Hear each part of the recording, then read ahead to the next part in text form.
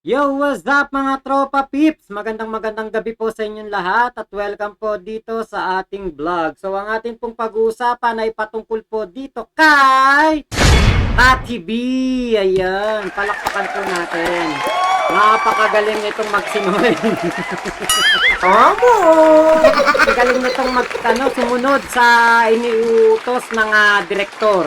So ngayon po, meron po nga ibinuking patungkol po dito kay Kati B. At tingin ko, close friend niya ito dahil po tingin ko alam na alam ang pasikot-sikot ng buhay nitong si Kati B. At marami po siyang kumbaga ibinigay na revelasyon. Pakinggan natin yung video tapos re-reaction na natin. Tapos meron po akong ipe-play din sa inyo na video na kung saan ay napakabigat po ng paratang nitong si Kati B patungkol po sa ating PNP.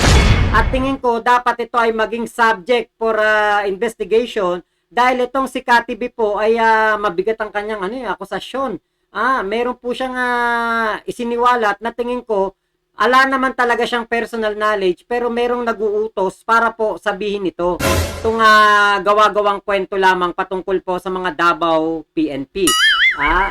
Ito ay isang malaking kumbaga isang malaking kasiraan kila General Torre at Colonel Hansel Marantan yung ating itong ating mamayang ipe-play na video. So ngayon po muna ito munang si Kuya. Shoutout kay Kuya. Salamat sa pasabog mong video, Kuya. Kaya ako may mensahe ako kay Kati. Kat, ikwento mo kung ano yung totoo. Alam ko nag-aaway kayo ni Tony Boy. Nag-aaway kayo ni Manong Tony. O, di ba? Pero hindi niya naman kinuha yung bahay sa Ayala sa'yo. O, Ayala Labang. O, di ba? Si Manong Tony ba nagbawi sa'yo ng bahay sa Ayala? Talagang baka si Marje. Hindi naman siguro si Manong Tony. Oh. Baka po yung bahay ay conjugal sa tunay na asawa. 'Di ba? Kasi etong si Kati B naman na ito ay nakiapid lang naman to Kumbaga kabit lang naman siya. Baka yung pong bahay ay nakapangalan talaga sa dito kaya Margie Moran na tunay na asawa ni TBF at kumbaga baka pinagamit lang sa kanya noong time na sila magkasama pa. Pero 'di ba? Kapag natapos na kasi ang relasyon mo sa isang lalaki na meron talagang tunay na asawa, kay sabihin mong 15 years nang hiwalay, 10 years nang hiwalay, ang kanila pong mga ari-arian ay conjugal. So baka yun ang kinakagalit. Di ba, Kat? Baka yun ang kinakagalit, kaya naisip na lumabas sa media at pang-blackmail itong issue kay PBBM at idadamay lamang si PBBM.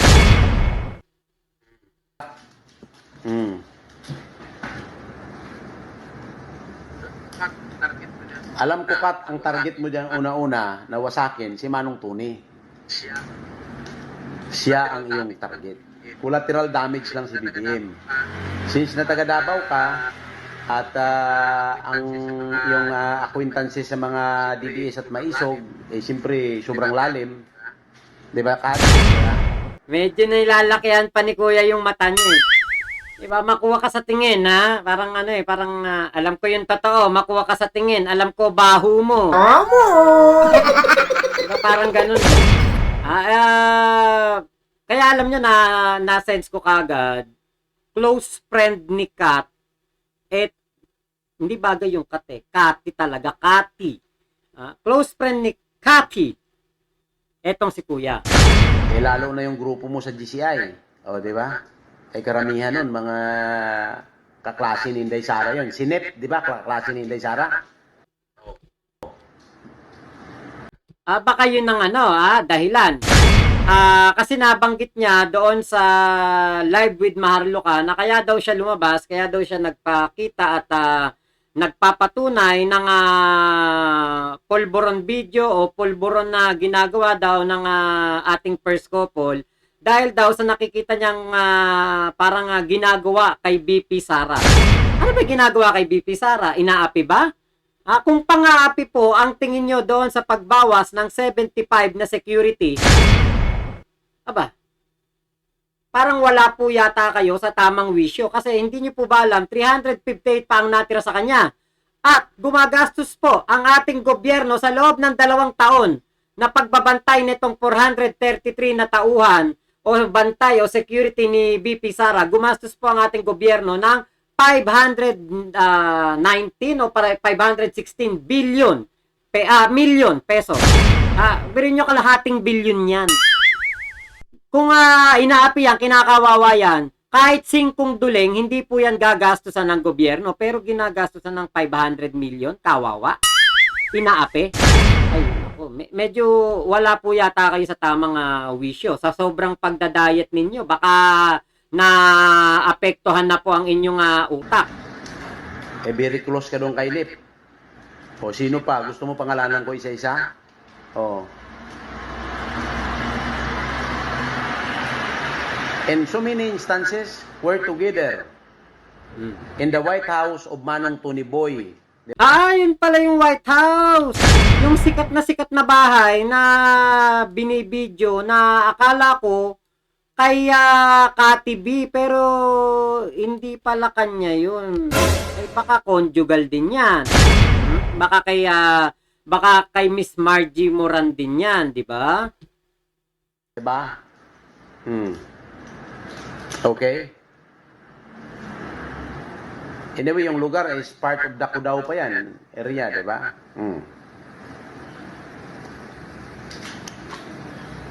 Alam nyo, syempre, di ba, tanggapin mo yung katotohanan. Nakiapid ka, nakikabit ka, may tunay na asawa yung tao, kahit na ano pang sabihin mo, kahit na 100 years na silang hiwalay.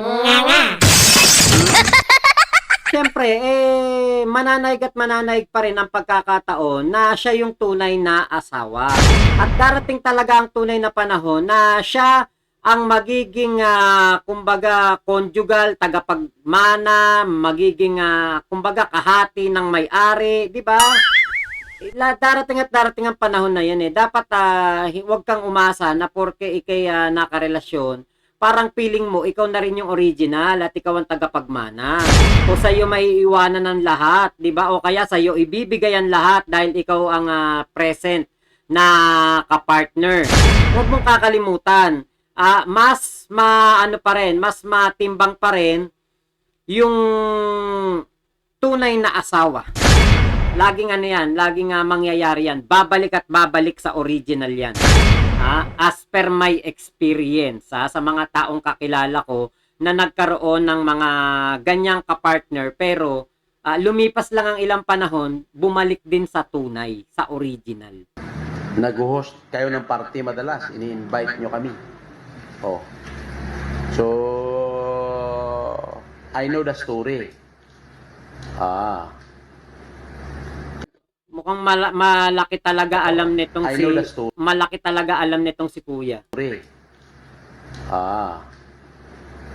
Huwag ka magpagamit ka. Sarap-sarap na ng buhay mo. Ang laki-laki naman ang napakinabangan mo kay Manong Tony. Huwag na ganun. Tama na yun. Oo. Kung naghiwalay kayo at ayaw niya na, siguro, nagising siya sa katotohanan na kailangan niya talaga balikan si Margie, di ba? May mga anak sila eh. Wala naman kayong anak ni Manong Tony. Ano yun? Ano yung sabi? Ulitin nga natin. Niya talaga balikan si Margie, di ba? May mga anak sila eh. Wala naman kayong anak ni Manong Tony. Yun ang masaklap. Dapat, di ba, gumawa ka ng trophy, di ba? Kaya hindi na ako magtataka kung iwanan ka, balikan yung original kasi wala naman pala kayong trophy. Mahina laban mo dyan. Yan ang isa ng pinaka-importante na kumbaga bagay. Kapag eto payo ko lang dun sa mga makikiapid, pilitin yung magkaroon ng trophy para magkaroon kayo ng karapatan. Pero kung kayo ay naging parausan lamang, naku, wag na kayong maghangat.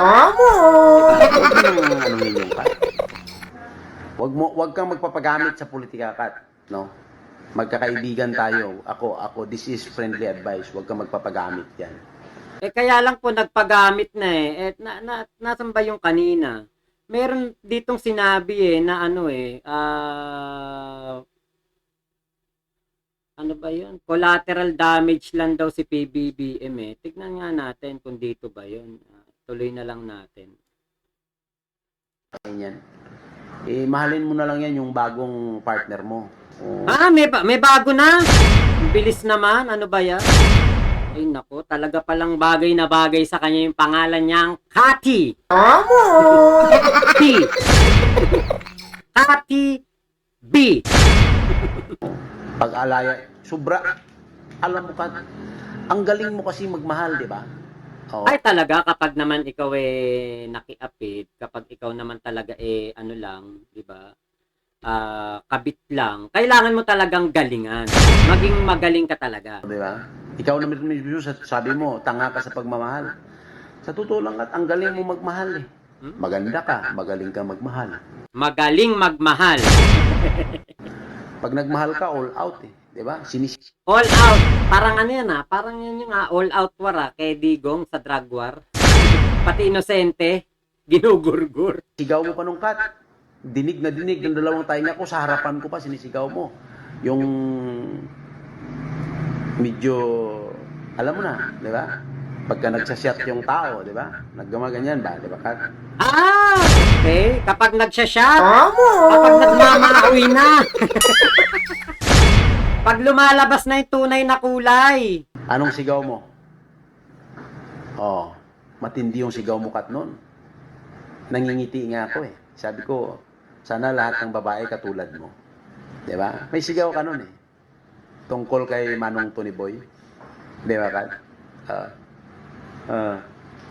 Hindi ko na lang sabihin dito kasi personal na yung Kat. Pero tungkol yun sa pagmamahal mo sa kanya. Kaya sabi ko, grabe. Okay. Kaya lang, yung pagmamahal na yun, nasuklian po ng pagbabayad.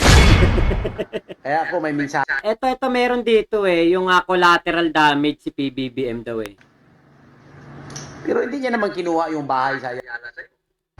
Alam ko nag-aaway kayo ni Tony. Tony Boy. Nag-aaway kayo ni Manong Tony. Di ba?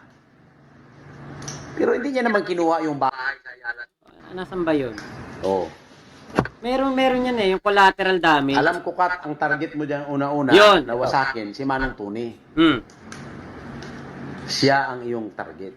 Collateral damage lang si BBM. Yun. Since na taga Davao ka, at ang iyong acquaintances sa... Collateral damage lang talaga si PBBM. Kasi alam niyo po, napansin ko, etong si Cathy B, hindi talaga marunong. Sinuong niya to sa isang malaking dahilan, tingin ko. Sinuong niya to, pinasok niya tong bagay na to. Kumbaga, wala siyang, hindi siya na-briefing kung ano ang mga posibilidad na pwedeng mangyari sa kanya. Yung sinasabi niyang, laban to para sa bayan, para sa mga pamilya ko, para sa mga nalalaman ko, ganyan. Hindi po ito dahil doon. Meron pong mas malalim, pero mababaw na dahilan. At siguro dahil nga po sa kagustuhan niya na ma-blackmail o baka masira o sirain itong kanyang partner na si TBF, dahil nga po kung sa sinasabi ni Kuya, binawi ang bahay, 'di ba? Baka hindi na rin po ito sinusustentuhan dahil wala naman palang trophy. Baka po yun ang kanyang way para mapansin siya nitong si Tony B. Tony B na lang din, Tony Boy. Ayan. Ngayon, ito nga nangyari po, pansin na pansin ko, talagang hindi marunong.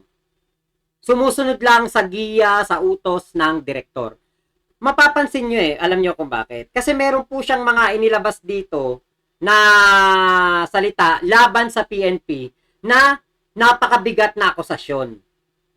Sabi ko nga, ito dapat ang iniimbestigahan ng isang Senator Bato de la Rosa. Dahil ito po, dating PNP chief yan si Bato de la Rosa. Abay, tapos bibintangan ang PNP na pinakamamahal, naging tahanan, naging lugar na kung saan ito yung kumbaga parang sanktuaryo ni Bato de la Rosa. Tapos, meron kang maririnig na ganitong bintang, aba, Senator Bato, parang sinisira ang institusyon na minahal mo.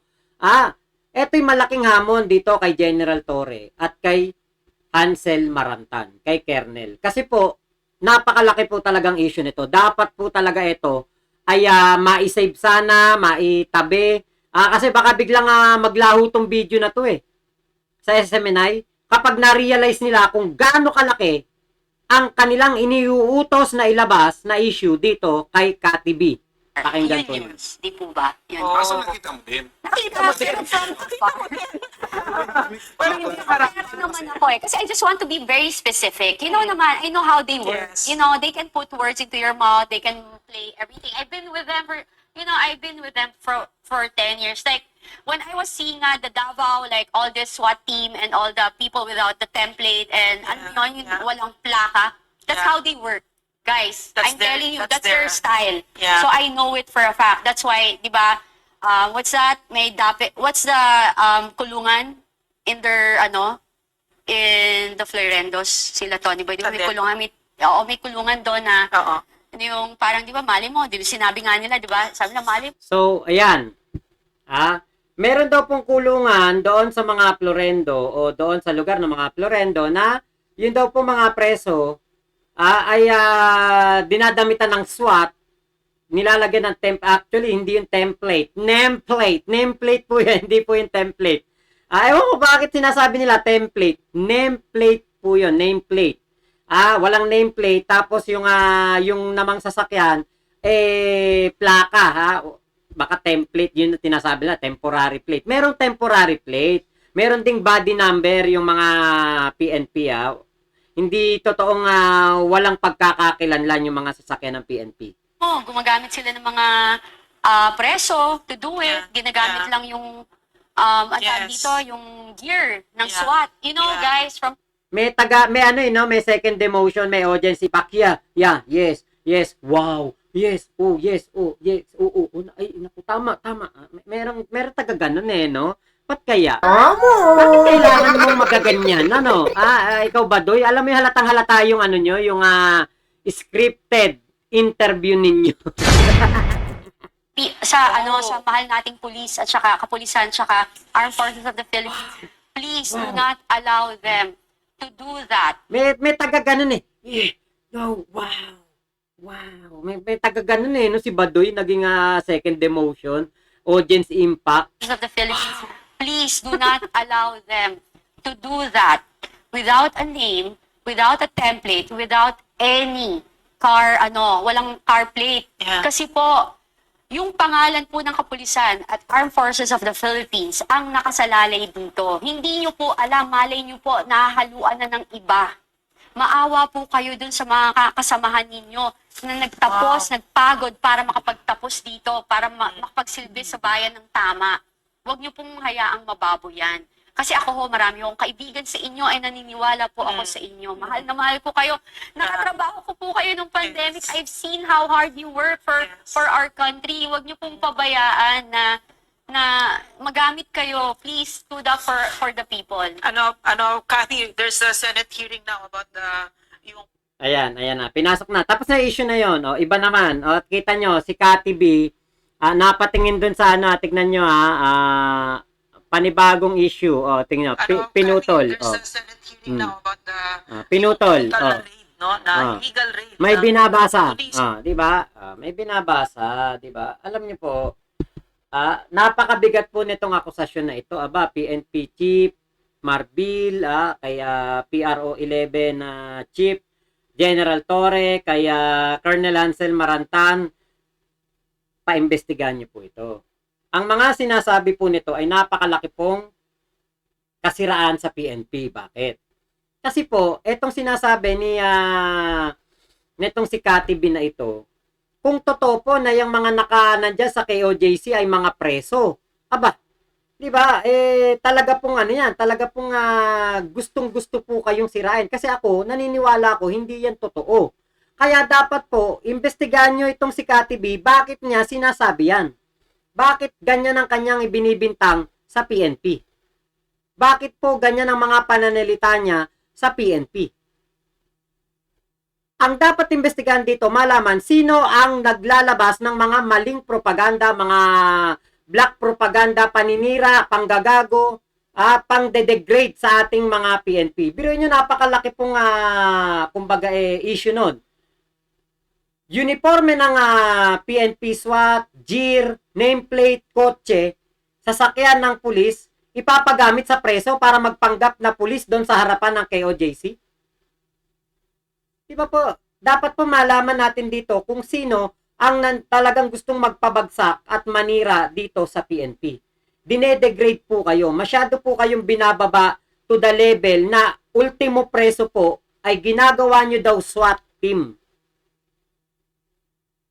Sana ma-save din nila itong video na ito. Ma-save din nila ay ang mga pinagsasabi nitong si Cathy B. Kasi nga po, isang malaking kasiraan po ito para sa PNP. PNP chief, dating PNP chief, Bato de la Rosa.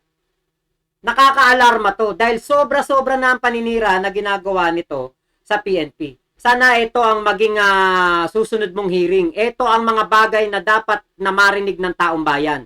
Bakit masyadong desperado ang SMNI na sirain ang PNP? Actually lahat pati si George Garcia ng Comelec sinisiraan.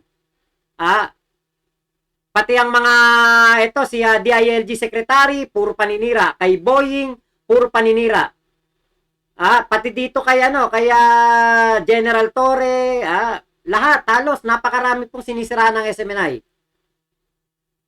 Bakit po patuloy na pinapayagan na manira ng manira ito pong mga taong ito? Ito ang dapat na marinig natin kung ano ang magiging aksyon ng ating Senado o ng ating Congress. Kung hindi tanggapin sa sa Senado, alam na bakit. Kakuntsaba siguro sila ng SMNI sa pagpapalaganap ng fake news. Diba, baka pwede isingit na to sa nangyayaring Senate hearing patungkol po diyan sa sa sinasabi illegal na pag-raid diyan sa sa loob na diyan sa KOJC. Tapos may mga nagbabantay na pulis sa KOJC, mga preso daw po yan. Masyado na pong paninira yan. Huwag po tayong magbulag-bulagan dito, mga senador. Ito ang mas dapat ninyong tutukan. Ito ang mas dapat ninyo na tignan dahil ito, ang sinisira po dito, ang numero uno na taga-protect and to preserve, to protect and serve the people na PNP. Paano pa magtitiwala sa PNP ang mga tao niyan? Kung dahil po sa fake news na pinapakawalan nitong si Cathy B na ito, masisira ng tuluyan ang PNP Davao, ang SWAT ng Davao, na mga preso daw po. Sana makita ito ng ating Senado. Hindi yung puro walang mga kakwenta-kwentang issue na puro paawa effect lang naman ang ginagawa ng kulto ni Kibulok. Kaya sana share nyo itong video ko para makarating to, marami makapanood. Malaman ng PNP ang ginagawang paninira sa kanila nitong Cathy B na to para madikdik ito sa Senado at malaman kung sino nag-uutos sa kanya na sira ng PNP. Maraming salamat po sa pagsama nyo dito sa aking vlog na ito. Momo chup chup, love you, God bless us all, Pilipinas! God first! Salamat po! This song is from Wilbert's Hard to Find Music Library. Tanga-tanga, wag kang tanga, pagkat walang gamot yan sa taong tanga, wag kang tanga.